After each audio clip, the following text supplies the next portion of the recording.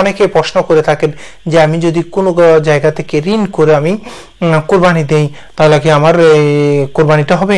হ্যাঁ, আপনার অবশ্যই কোরবানিটা হয়ে যাবে। তবে ঋণের ক্ষেত্রে আমরা একটা জিনিস লক্ষ্য রাখবো, আমার ঋণটা যেন সুদমুক্ত, হারাম মুক্ত আবার ঋণটা হয় সেদিকে আমরা অবশ্যই লক্ষ্য রাখবো। আপনি যদি সুদমুক্ত ভাবে আপনি কারো থেকে ঋণ নিয়ে আপনি কোরবানি দেন, আপনার কোরবানিটা হয়ে যাবে। তবে হ্যাঁ, একটা জিনিস লক্ষণীয় যে আপনি কারো থেকে ঋণ নিলেন কিন্তু এই ঋণটা আপনি আবার পরিশোধ করতে সামর্থ্য রাখে না, তাহলে আপনার এই কোরবানিটা আল্লাহর কাছে গ্রহণযোগ্য হবে না। আপনি যদি আপনি এখন আপাতত টাকা নাই, আপনি কারো থেকে ঋণ করে ধার করে আপনি ওই টাকা দিয়ে আপনি কোরবানি দিচ্ছেন, আপনার ঋণটার মাধ্যমে ও কোরবানিটা আল্লাহর কাছে ইনশাআল্লাহ গ্রহণযোগ্য হয়ে যাবে, আপনার যদি নিয়তটা খালেস থাকে।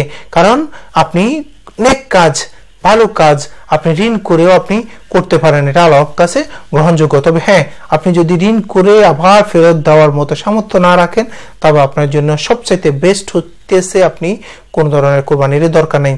তবে আপনি যদি সামর্থ্য রাখেন, হ্যাঁ, আপনার জন্য অবশ্যই ঋণ করে কোরবানি করা জায়েজ।